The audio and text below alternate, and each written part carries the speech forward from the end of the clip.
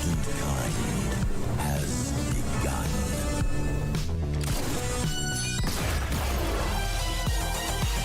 Welcome to the future. Who's this clown? Not clown. Joker. Avengers! Assemble. Nobody tampers with the equipment except Tony Stark. Good idea. United, the Avengers are strong. Hawkeye, hands off. Fool! Have you forgotten my invincible magnetic power? Not this time, Magneto. My mutant brain senses danger. Something unseen is slowly spreading its poisons, edging tempers. Think carefully before you do this. You filthy criminals. 5, 4, 3, 2, 1. You unlock this door with the...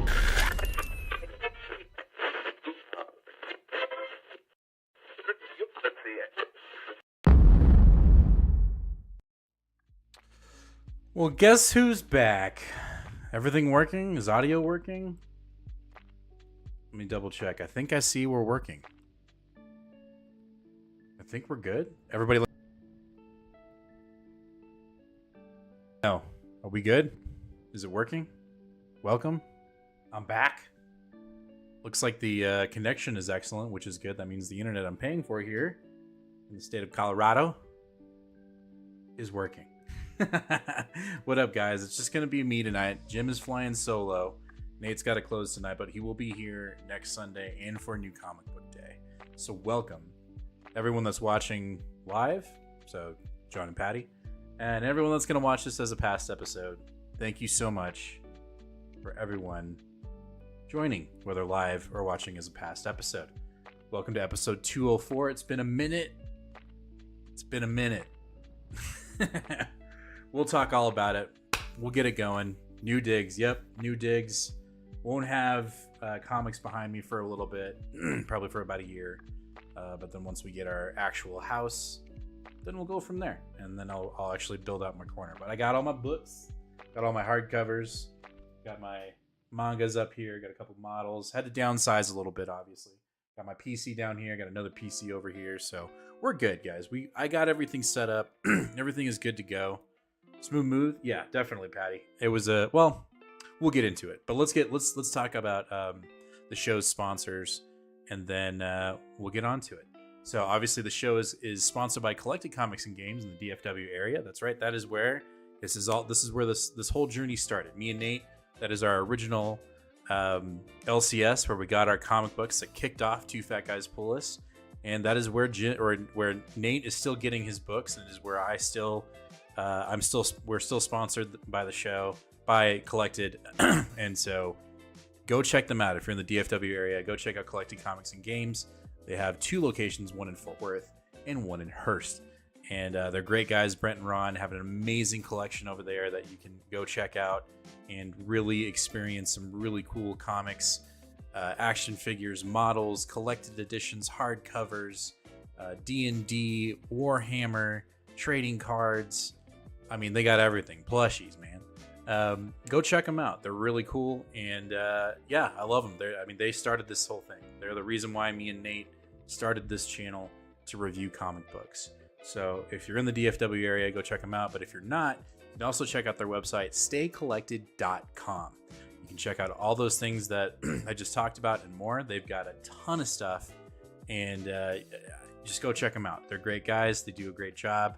They really, they took care of me. They're taking care of Nate. So if you're ever in the DFW area or you're at staycollected.com, go check out Collected today. Also, we're giving away some slabs. I don't have them on me right now, but you see them in our New Comic Book Day videos. They're actually in a box somewhere that I got to unpack. But if you're subbed, you are automatically entered to get a slab or 2. Actually, we're giving away about, I think, 5 in total until we hit 2,000 subs. So right now we're on the goal to 1,250 subscribers.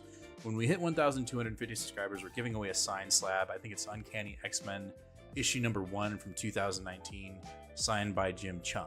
So it's definitely worth it if you're subscribed. So I mean, everybody in chat knows. So if you don't know already, hit that sub button because we do give away some pretty cool stuff.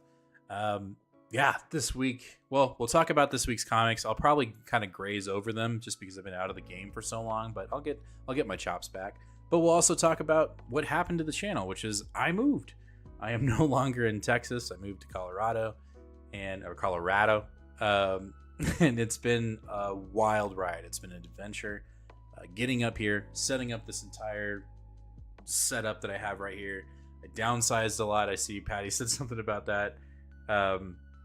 Yeah, man, it's been wild. I mean, I sold so many comics. I had 21 or 22 boxes worth of comics that I sold back to Ron. And so now I have one box, which is over here, and then I have 3 like plastic BCW boxes or BWC. I can't remember what the arrangement of the letters are, that have all my like Grail books and really important books that I will not sell until my boys are in college. Anyway, but yeah, it has been a wild ride. It took us 2 days to get up here. I'll tell you right now, West Texas is flat, but I mean, it's mainly cattle country. And then New Mexico, we were in and out, but man, once we got into Colorado, oh my gosh, talk about a beautiful scenery, talk about great weather. Today I woke up and it was like maybe 30, and then by the end of the day it was 68 and sunny. Man, dude, it is so nice up here. But anyway, I'm so glad, I'm happy I'm here. I mean, it's bittersweet, right? Like I loved my home down in Texas. I loved Collected, Ron and Brent and all the guys down there. And so to move away from them obviously has been bittersweet, but I know they're still rocking and rolling and serving the community down there, in the right way. And I wish them all the best. And I'm still going to tag them and stuff in my shorts because that's still my OG LCS, man. That being said, I have found a new one up here, and it's pretty sweet. It's called Hall of Justice Comics and Collectibles. Shout out to them. They're very accommodating. They're very helpful, and they've made it almost seamless when it comes to setting up my pool and just making sure I have the books that I need to do the show.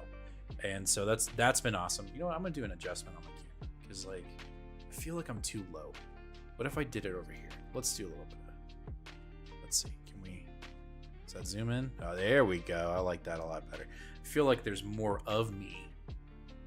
I don't know if you want to see that or not, but anyway, I like that better. Plus you can see more gradient, which is what I've been trying to achieve. I just got these lights so I could have some kind of color behind me because it's just so white. I wanted to have some more color in here. I might move one of them up here so I can get the you're not really getting the red gradient, so I might move it like back here to kind of splash the wall behind me. Anyway, that'll be for next show.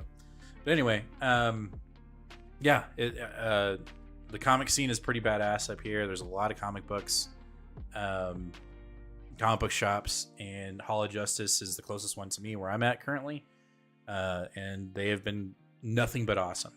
They've helped me out, and I hope to do more video stuff with them soon. I tag them in all my shorts and stuff like that, but if you're ever in the area, go check it out because it's awesome. John coming in with a super chat. I'm behind on my reading my books, but I'm still hurting for Ultimate Spider-Man. Glad you're doing well, Jim. Thank you, John. Thank you so much for the super chat. It's always appreciated.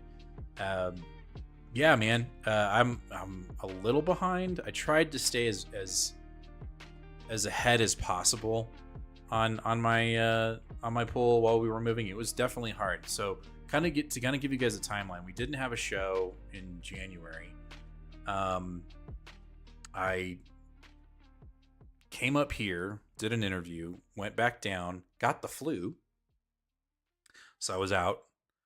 And I think at that point, we hadn't canceled the show yet. But then I came back up here again once I got the job. And we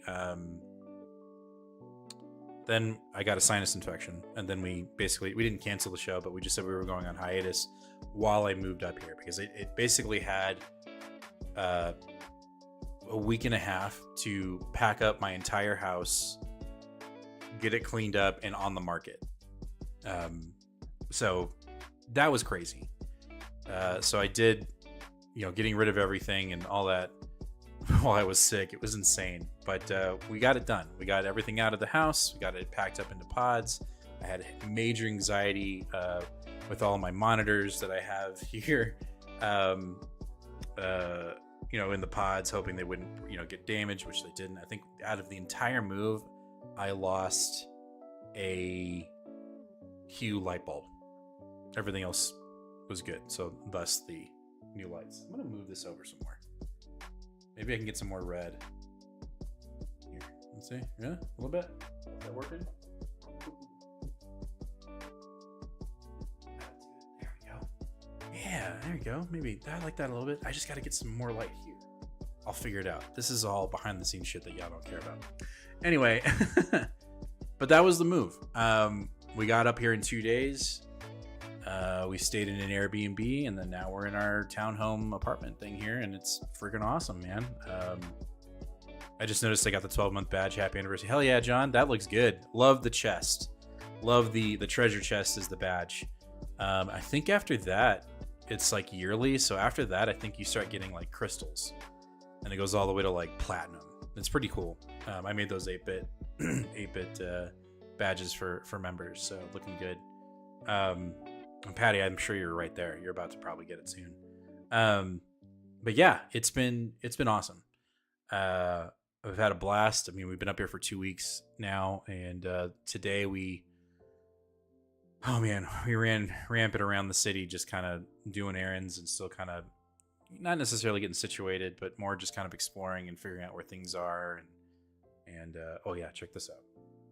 So I'm on the hunt for all the Secret Wars action figures, and I basically have them all now except for Symbiote Spider-Man. And from what I've found, a lot of the GameStops up here don't have accurate inventory. So when I did a search, because I was looking for the Beyonder, I could not find him in their database of like stores up here. And then lo and behold, I hit up a random GameStop, and boom, Beyonder. So I got the Beyonder today, and I also got because I ordered the Wolverine from Secret Wars on Amazon, and it came damaged. Like the box was just jacked. So I found a mint condition Wolverine where his little sign thing isn't floating around in the package and it's not all jacked up. So I am only looking for the Symbiote Spider-Man Secret Wars action figure. And oh dang, John, I literally saw her today. She was oh man, should have grabbed it. I could have sent it to you. Maybe if I find it, I'll send it over to you. So apparently in Colorado Springs, which is like 48 minutes away from Denver, there is one out there. So I might be taking a trip to Colorado Springs soon. But that being said, like I said, I went into a random GameStop, and they had both of these, and that wasn't in their inventory. So he may show up somewhere, but he's the only one I'm looking for. And then I don't know about you, John. I don't know if did you order the new that wave with Rom in it, those action figures? Because once those hit, I am going hard for Rom. I need to find him quick because I love that whole series is dope. But that's been my experience lately up here. It's been awesome. What they call traffic isn't really traffic up here. I'll tell you that right now, especially being from the DFW area. Traffic is not it's not a big deal up here, or at least it hasn't affected me yet. So it's been fun, man. But yeah, that's the update from Jim. Like I said, Nate will be here next week, next Sunday. He won't be closing, and we will have a new comic book day video coming out on Tuesday. We'll shoot that tomorrow night, and I'll get that edited tomorrow night so we can have new content for you. So stay tuned and be ready. Patty, my GameStop does that too. It's always hard to find things online, but more fun in the shops. 100%. I mean, there's still that kind of like hunt mentality. I'm trying not to go as hard on collecting things, just because I got rid of, again, I didn't get rid of any of my toys. John, I didn't get rid of any of the stuff that you gave me. I have all that stuff. The whole Ram wave except Banshee. Dang, dude. Oh my gosh. If I hadn't moved, I probably would have. Because that Ram action figure, it looks so kick-ass. They all look good. I'm sure I'll probably hunt for it and hopefully find it. When did those hit? I would assume in the summer. But anyway, well, let's talk about some comics, shall we? We're going to kick off the show with our indies like we always do. And we're going to kick it off with Wind, The Power of the Blood, issue number 3. I don't know if y'all have been following along with Tiny Onion's Wind, this most recent arc, but it has been really good. I will say there's these last couple episodes, a couple books have been more set up, and there's clearly something massive coming to the Wind universe. There's a war between the humans and the fairies and the vampires. You know, are they going to defend the humans, or are they just going to say, hey, screw it, we're going to do our own thing? A lot of stuff going on here. But this issue was much more of setup for issue 3 or 4, which we won't be getting until the summer. So Wind is going to be kind of on a hiatus for a little bit. So I don't know if issue 4 is going to be the last issue or not. They teased it in the book, but if you go to League of Collectors, they don't have that issue up yet. But I'm sure it'll get into the solicitations very soon. But they're not showing it. But issue 4 I think is coming in like July. So Wind will be on a hiatus, but there's definitely like we are ramping up. I don't know how long Tiny Onion's going to be doing this for. I don't, again, he's starting his own press, his own press. He's starting his own publishing group. So who knows if he waits for the rights to be waived over. I mean, I don't know how that works with Boom. I know that he owns it, but who knows how long they have distribution rights for. So we'll have to wait and see. But I enjoyed issue 3. It's very thick, a lot of plot moving, but we're definitely ramping up to a big crescendo. So I don't anticipate Tiny Onion dropping the ball. And if you're new here and you hear me say Tiny Onion, it's because I know it's Tiny in the 4th, but I call him Tiny Onion. Everyone else calls him Tiny Onion. So, but yeah, I like it. It was really good. But we're definitely in a setup phase, not in a here are all the cards phase. So let's see here. Back to Animal Warlock is my top figure in that wave.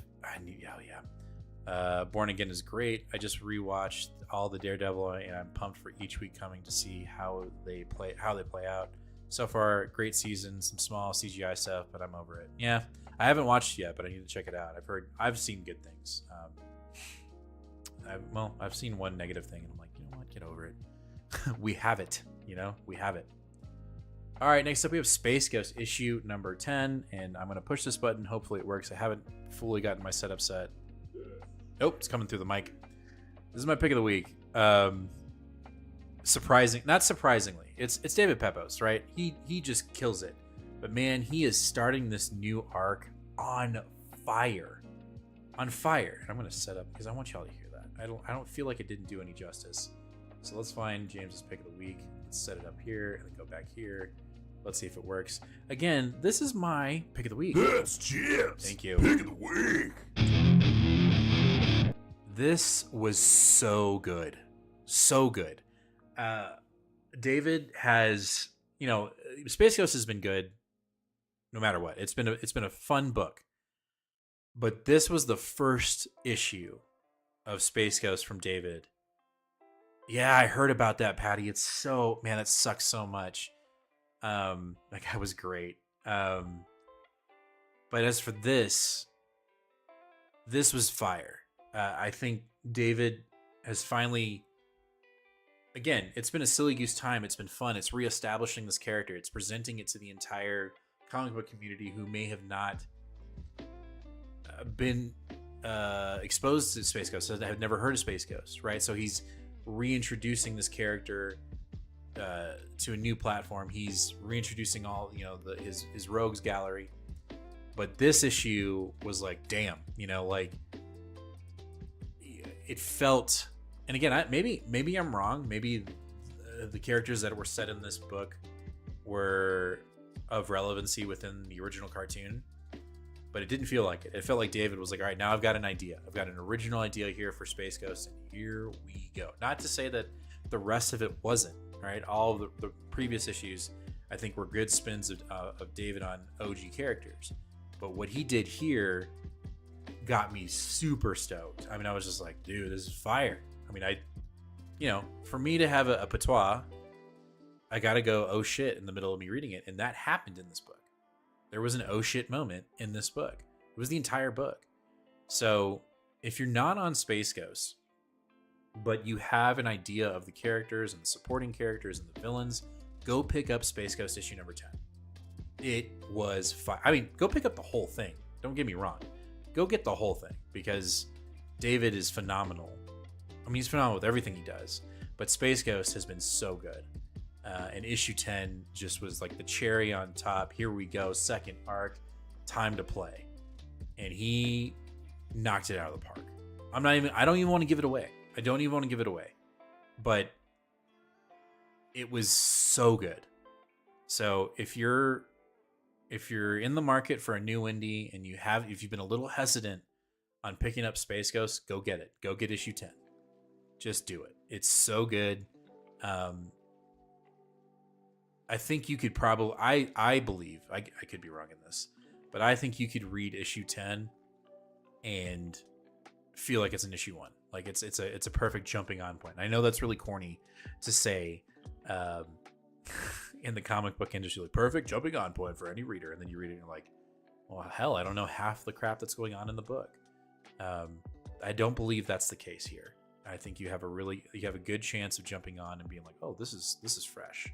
This is new. I mean, obviously they've set up the two kids sidekicks and the monkey. So like, yeah, you got to know a little bit of that. But I think if you pick up on context clues, you'll be fine. You'll be totally fine. So yeah, go check it out. It's freaking awesome. I loved it. That's my pick of the week. I'm gonna hit that button again just because I like the sound of it. Wait, nope. Do it again. No. Oh, come on. No, it's not working. Oh, well. You know it's my pick of the week.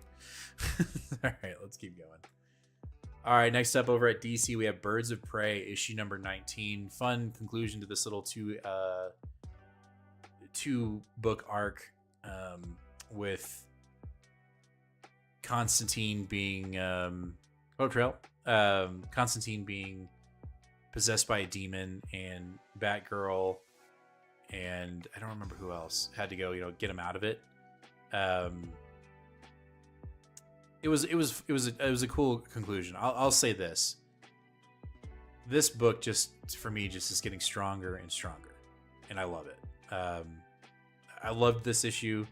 Any issue where Big Barda is just kicking ass, I'm there for it. I don't know. I liked it. I liked the issue. I liked the conclusion with Constantine and him getting purged of that demon or whatever was possessing him. I liked the dryness of Batgirl and her, her dealing with it and not giving a crap about it. I liked, I'm not a massive fan, even though she's like basically the main, character in the book. Black Canary. Liked her and her sister Sin, defending and they're realizing that her powers may be a little unchecked. So we've got some problems there. So maybe moving forward, we have some more mechanics for the story going forward.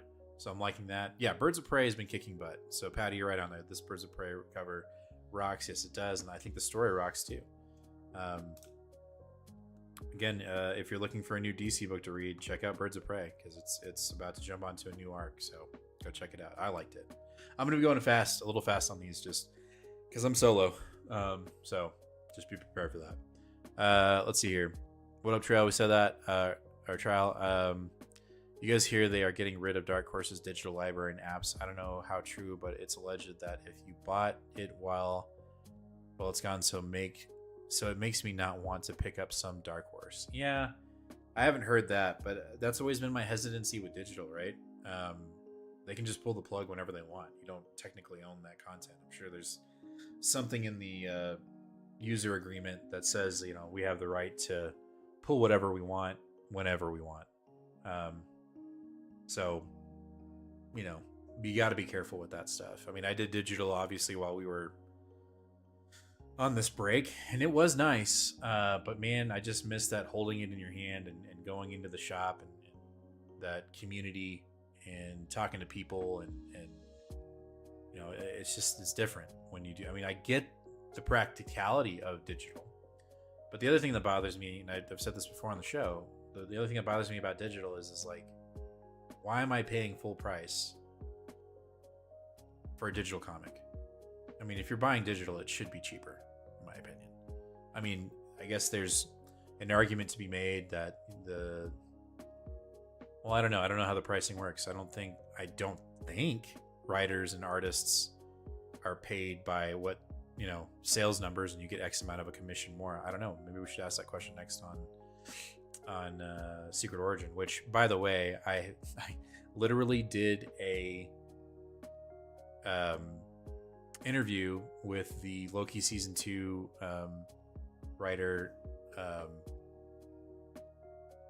can't remember her name because my brain is fog because of the move. I did it right before I went on the interview for the job up here.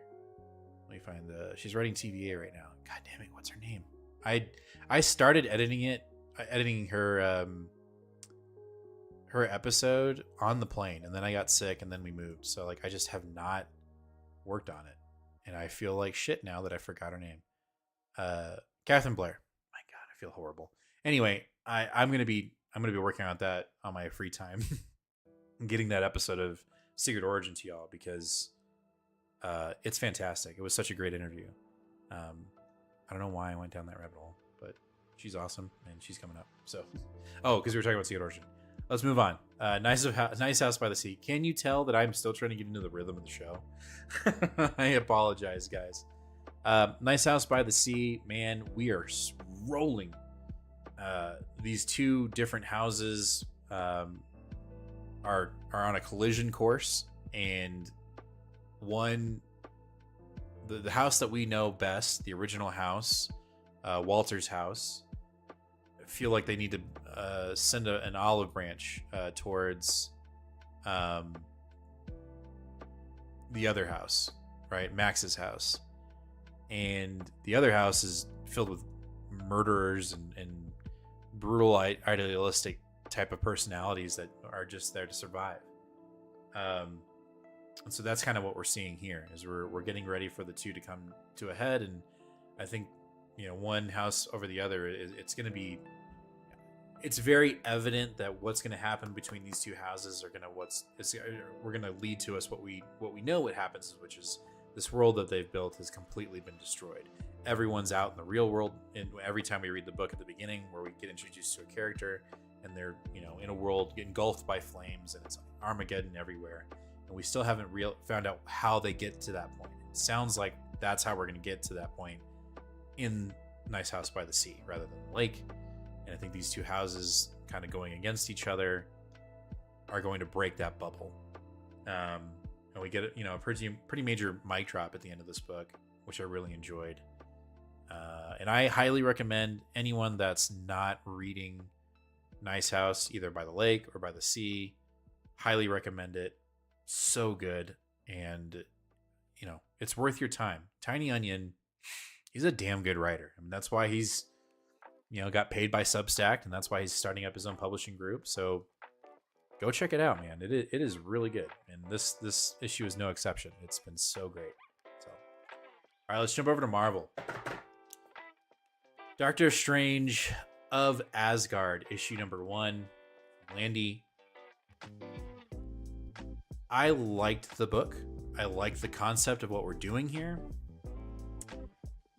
The internal or the interior artwork is just not for me. It's not bad. The artwork inside is not bad. It's just not, the style is not for me. Am I going to continue to read the book? Probably. I think I'm spoiled because I read manga, right? And in manga, the cover art is the same as the internal art. And I get it. This is not an industry standard in American comics. But man, if the artwork was what the cover looked like, this book might have been my pick of the week, just because of what we're doing in the book, which is essentially we have Steven going to Asgard, and proposing that he be their Sorcerer Supreme, even though they don't have one, nor do they need one. And it's obviously a plan to get Doom out of the Sorcerer Supreme role on Earth, on Midgard. And then, chaos ensues. Loki shows up and everything goes to shit. That's about it. But the concept behind this book and what they're doing, I really do enjoy. I enjoyed it. I'm going to continue to read it. But the artwork not matching, or at least having somewhat of a similar style from the cover, is kind of a bummer. Again, there's nothing wrong with the artwork. I think Mungo, or how do you say his name? Magno. They're a fantastic artist. I think they did a phenomenal job. It's just not my style. And again, it might be because of this stupid thing in my brain that I want the cover art to mimic what's going on internally. And I think this book would have been 10 times better if that was the artist. Now, I'm sure there are people that love the art, and it did it for him, and 10 out of 10. But for me, not so much. I like the premise of the book. I'm going to continue reading it. I'm going to give it at least the arc, because I'm interested to see what Steven is up to. Obviously, I'm interested in seeing what the hell Loki's doing in this book as well. But yeah, it just didn't. The artwork didn't connect with what the story was telling, in my opinion. That's my hot take. But other than that, if you're interested in what Strange is up to, go check it out. John, I bought Doctor Strange. Looking forward to it, but I'll miss Jed McKay's take on the book for sure. It's definitely a different tone, 100%. I think the story itself is strong, and I think we're gonna do something interesting here. I think we're gonna see something cool here. I just, the artwork just didn't work. I won't lie, unless it's a variant. I think the cover art most definitely should mimic the inside. I mean, it's always kind of been that way, but I like it when it is. I mean, it's just a nice treat when it is, right? Like when you're. I mean, look at the moon is following us. You know what you're getting. Napalm Lullaby. So most of these independents, they do a really good job of having interiors in the cover somewhat mimic what you're gonna get. And that might sound stupid and childish, but I just kind of expect it, So when they announced this book, and I saw the cover, I was like, oh hell yeah, man! And then I read it and I liked the story, but the artwork just wasn't doing it for me. In my opinion, there's nothing wrong with the artwork. The artwork is stellar. It is professional. It does look good. It's just it's not the style that I want to read my comics in. So that's just me. All right, next up we have Moon Knight Fist of Khonshu, issue number 6. Holy crap. I mean, it's been so long since we've reviewed this book because we've been gone for so long. But man, this was fantastic. Moon Knight got his ass kicked by a gangster who's actually from Asgard. So that's a problem. And he nearly dies, and we have to get Tigra to basically talk nasty or talk mean to Khonshu to get his dude back, get her boy back.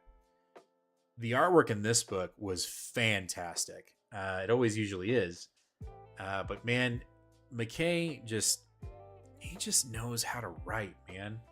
And I think the only book right now that he's struggling on is X-Men. And we'll get to X-Men because we got 3 books with X-Men this week. And I don't even really think it's his, like, he's struggling. I think it's the entirety of the what's going on with X-Men. But as for Moon Knight, I'm here for it. This would, if I had a Marvel pick of the week, it would be this book. Moon Knight is just killing it. Usually, it always does. So if you haven't read Jed McKay's Moon Knight, missing out. It was so good. Artwork in this book was fantastic.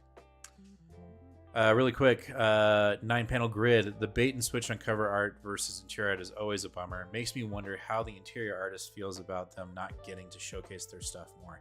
Yeah, man. Like, I guess the argument can be made that they're already doing the internals, so they don't want to get the added pressure of the cover. But I mean, if you're already working that hard, you could probably bump out a cover too, right? I don't know.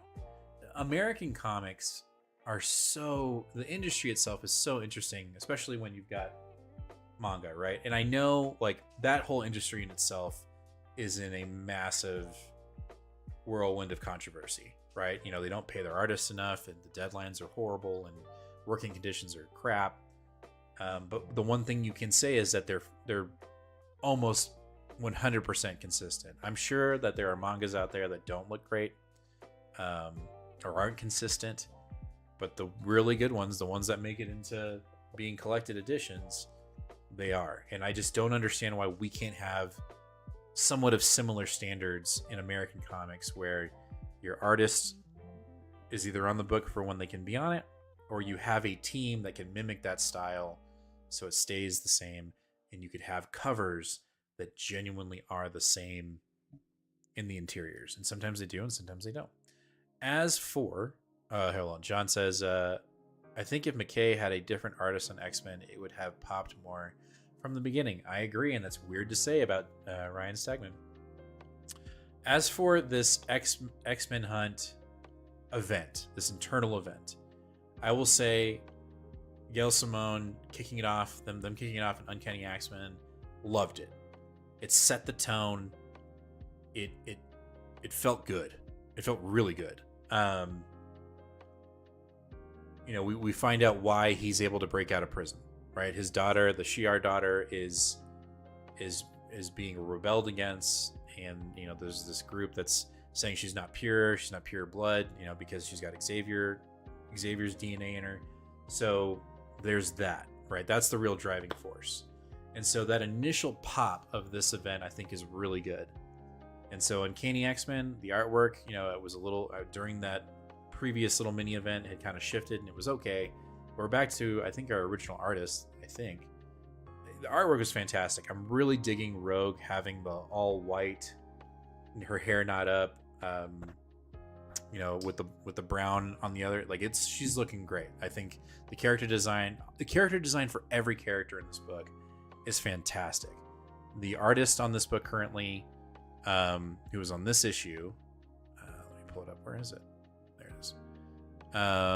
Let's see. Javier Garon, dude, killing it. And the story is great. Gail Simone, absolutely loving it.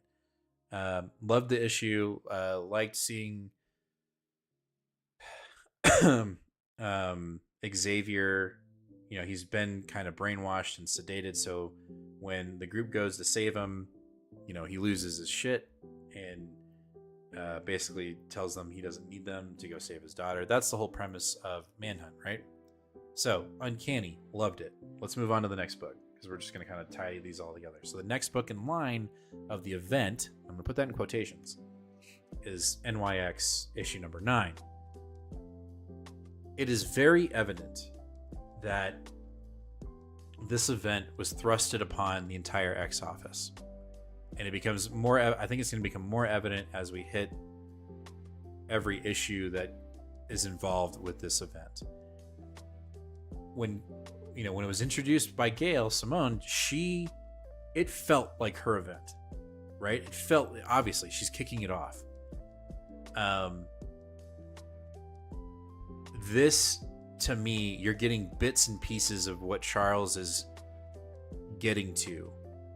It's what it's going to feel like, I think, in every issue that isn't a main X writer. So Gail Simone, Jed MacKay, I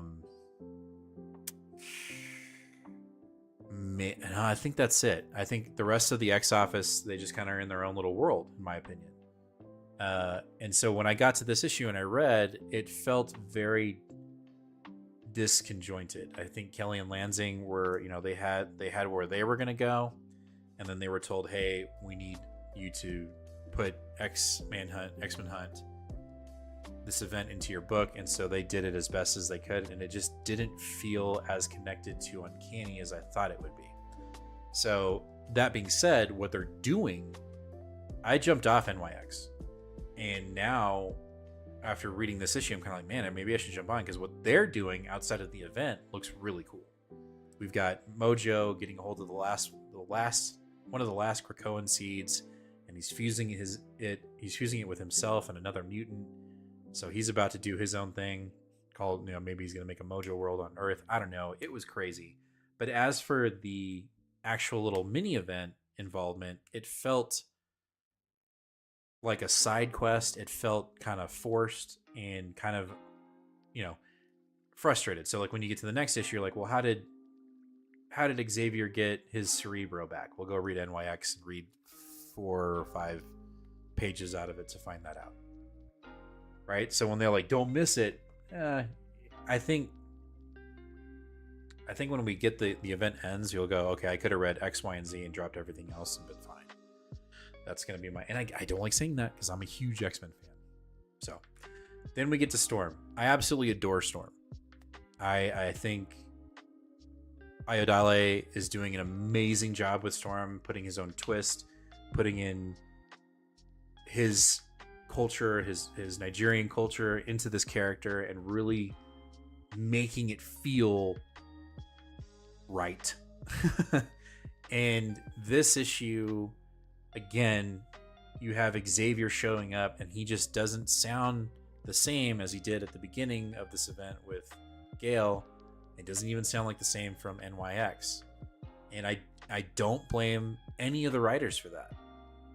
I don't at all.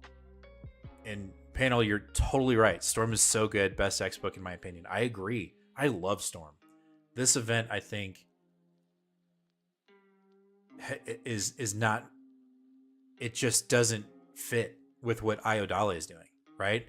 We've got her. She died in the previous issue. Comes back as Oblivion's muse or whatever you want to call it, conduit to the cosmos, right? And then suddenly she's, Xavier shows up and he's like, hey, I need your help. And now he's talking about something which sounds completely different than what his original motivation for breaking out of prison is. He didn't even mention his daughter in this book. Like, he's talking about some force that they could revive that would, and you're kind of like, huh? And maybe I misread it. But this book, unfortunately, felt so disconjointed to the previous plot points that Ayodele had been laying the groundwork for. And so there's bits and pieces that are reminiscent of that previous storyline, and then you've got this Manhunt storyline that kind of doesn't, like, I think out of Gail Simone and Jed MacKay, it's going to feel really good. It's going to feel really good. But in all these other books, I just don't think it just doesn't, right off the bat, it doesn't feel genuine. It feels kind of forced. Like, hey, let's put this in all the books so everybody has to go buy them. And I don't like that. Like, if you're going to write an event, like, do what Hickman did, right? Write 10 books. And this is our summer event. Bang, bang, bang, bang, bang.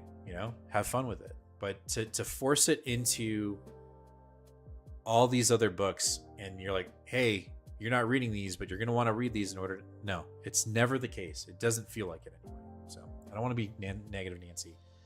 Artwork, great. Writing, I liked the writing. Again, it just feels like Manhunt is being kind of forced into the book, and I want whatever Ayodele is doing. I want that because he's doing some crazy shit. He's doing some Hickman level stuff in Storm, and right now, it just doesn't feel like Ayodele's book right now with this event because he's got to make sure that it fits. That just doesn't feel like it fits. So. That's me. That's just my opinion. Sorry. I don't want to upset anybody, but that's just where I'm at. But Panel, I do agree with you. I think I'll wait to read the X-Men Hunt event or Marvel Unlimited. I'm buying every issue of Storm though. 100%, John. Don't not do that. Hey everyone, time to change. Fucked my day up. Welcome back. Joe, you're good, man. It's funny. So like Mountain Time comparative to Texas is an hour back, right? And tell me if this makes sense or if I just sound stupid. So when we moved up here, we went an hour back, right? Then this time change happened, right? So we obviously go an hour forward. So my body thinks we're just back in Texas, even though Texas went forward too. But technically, I'm in the old Texas time before the time jump. Does that make sense? Do I sound crazy? I probably sound crazy. Also, I don't know if you've seen, there's a Peach Momoko cover for Uncanny X-Men 11. Damn it, I missed that. That looks great. And a Phil Noto. Ugh. Might have to go back to the shop and see if I can pick those up because they look so good. But let me know if I sound stupid there or if the maths, because I feel like I sound crazy. But I think it makes sense in my head. At least I tell myself it does. All right, moving on. Our last book of the night, The Ultimates, issue number 10. In the before times, he is. Thanks, man. Ultimates. Dude. So good. You know, we've got the aftermath of Tony getting crushed almost to death. We see him finally awake, and he is trying to get back to integrated with the team, but he can't, so all he can do is run comms with the team, and they're like, what are you doing? You should be resting. Oh no, I'm communicating with y'all while my back is being while I'm having surgery on my back, and I'm not taking anesthesia. And then we literally see his back open while they're putting in like a bionicle spine in his back. Like, dude, what? Ooh. It was crazy. But we just kind of get a little bit a better picture of the Ultimates fighting as a team. You know, we're closing in on this Mayday event in the Ultimates.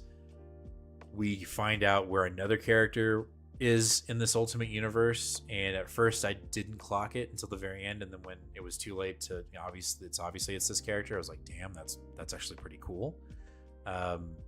Which is, in this Ultimate universe, Bucky is a Red Skull, a version of Red Skull, which was really cool. I don't know, man. I could go on and on about Ultimates. It's one of my favorite books. I didn't think it would be, and now we're here.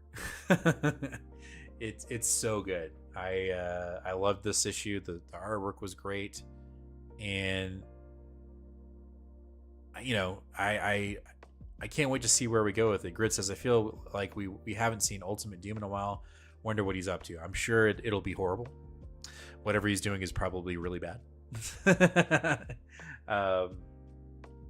And it's gonna, you know, Camp has done such a great job of, I believe, doing his best Hickman impersonation. He's done a great job. Again, when Hickman was reintroducing the Ultimates concept, you know, I think we all are I'm under the impression that if Donnie had not got into his car accident and really, you know, and hadn't banged his head up, I feel like he would have been the main lead in the Ultimate relaunch, at least, or he might have been writing Ultimates, or he might have had a hand in the Ultimates. Maybe he would have been writing Ultimate Spider-Man. I don't know. And I love Ultimate Spider-Man by Hickman, but I just feel like Donny Cates would have been a lot more involved with this Ultimate run, obviously because his heavy hand with the Maker and his Venom run. So, and I know he's made an announcement that he's coming back. We don't know if it's going to be with Marvel or DC or if it's just going to be indie, but man, cannot wait. But as for this Ultimate run from Camp, I'm loving it. Can't wait for just to see where it goes.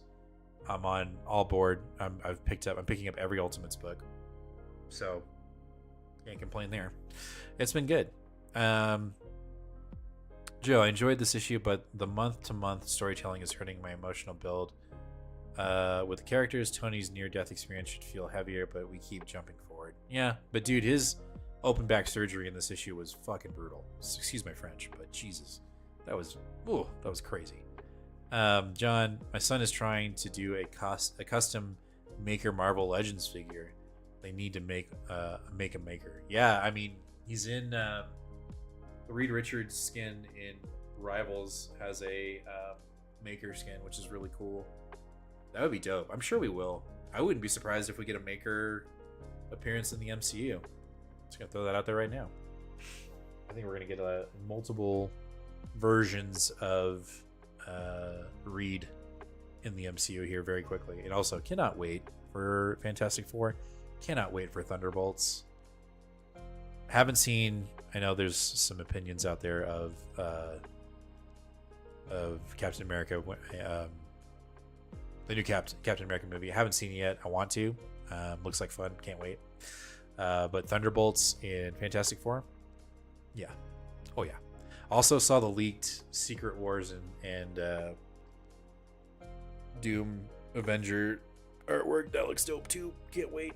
I wouldn't be surprised if we got a Rivals line of Marvel. Dude, Patty, don't do that to me, man. Don't do that. My wife will kill me if I get those. And I'm sure you're right. I'm sure they're just around the corner. Just around the river bend. They're coming. They're definitely coming. You're not, I mean, Marvel Rivals, you know, we moved and I stopped playing, and then I got up here and I finally got everything set, and me and Nate played for like 3 hours, and I was like addicted. I was like, I gotta go to bed, dude. I gotta go to work tomorrow. So if they make Marvel Rivals action figures, I'm boned. There will be no money. We will not have money for rent. So, all right, guys. Well, that's it for today's show, or tonight's show. I'm so glad I'm back.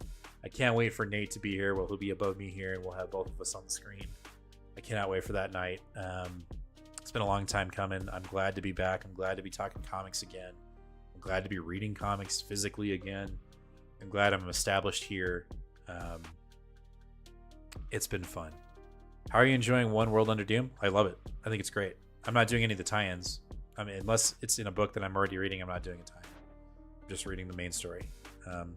So, just saying. I really liked Brave New World. Saw it twice. Yeah, I need to go see it, John. If not, then just throw me on the marketing team. I'll whip it up and shop, and just with this podcast input. Like the hot dog guy in The Simpsons, he was putting my kids through college. Also, with your new job, will anything change with the show? No, should not. It's pretty flexible. I mean, obviously I'm full-time there, but no, nothing, you know, when we started this podcast, I had a full-time job. The new comic book day shorts will come out obviously later, because I got to go to the shop, come home, and then shoot them here. So that's, if there's anything that's going to change, it's going to be that. I am working towards, because the way the job works here, we get 3 days in office, 2 at home. So, you know, maybe new comic book day shorts come out a little later, not as late as, man, my nose is super itchy, as it has been. But if there's anything that's going to change, new comic book day short videos come out, you know, at 8 o'clock instead of, 12 o'clock. So we'll have to wait and see on that. But man, my nose is super itchy. Other than that, nothing's going to change. I'll edit at night and get these things out, so you'll see them at 4:30. And there will be no disturbance. The only thing that may change again is Nate going to be able to jump on or not? But he's starting a new job, so he'll be able to be on more often. So good there. You know, things are changing for the better. So yeah, the shows will still be on at 8 o'clock at night, 7 for me. New comic book day videos will come out at 4:30 on Tuesday, so you guys can get an idea of what you want to go pick up, or what we're picking up, and if you have any, if you're going to think about picking up stuff up before Wednesday, so be on for that. So nothing's really changing. The only thing that's changed is that my awesome comic book wall is no longer behind me, and that will probably change in a year or so. And then I will have a haul of comics behind me, and action figures all behind me, and all that stuff is in boxes right now. So be prepared. It'll be there. Don't worry. Right now I'm in my little corner. I'm sharing an office with my wife. So I have one side, and then she has her side. But at some point I will have, some new setup where I'll have my comics behind me again. And there won't be a window, and there'll be action figures. I'll have multi-camera setup. Right now I just have my one camera, but I'll have like a camera shooting this way and above and over. We'll get all that set up, but that'll be in a year's time or so, maybe even sooner, who knows. Time will tell. But again, I'm so glad to be back. I'm glad to be here with y'all, talking to y'all, hanging out with everybody, with the community. It's what I love to do. I've missed it. I've definitely missed it. I was chomping at the bit to get everything back. I could have waited another weekend, but I was like, nah, fuck it. I'm starting it now. I miss talking to y'all guys, talking about comics. So, a Malice Marvel Legends figure would be fire, John. Thanks, Jim. Great to have you back. Oh man, the FF suits in the game are fire too, and the skins just dropped all around. John, we missed y'all. Glad you're back and looking forward to seeing Nate. Nate will definitely be back. Great show as always. Hope everyone had a great week. Well, I hope everybody had a great week, and here's to another one. And I'll sign off, guys. As always, comic fan, be kind to one another and read more comics. We'll catch you guys on Tuesday and then Sunday again. Later, guys.